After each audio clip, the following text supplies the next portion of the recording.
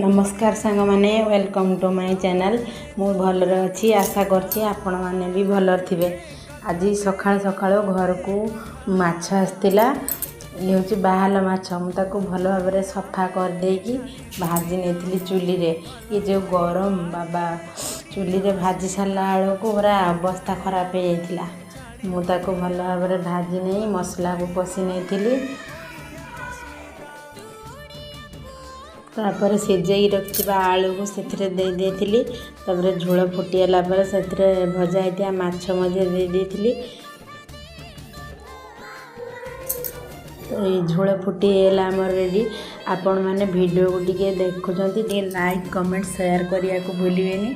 Subscribe मध्य कर देबे। आ मु कई प्रकार वीडियो बनेबे आपण माने मते कमेंट रे जणाइले भलो हो। रहउची नमस्कार।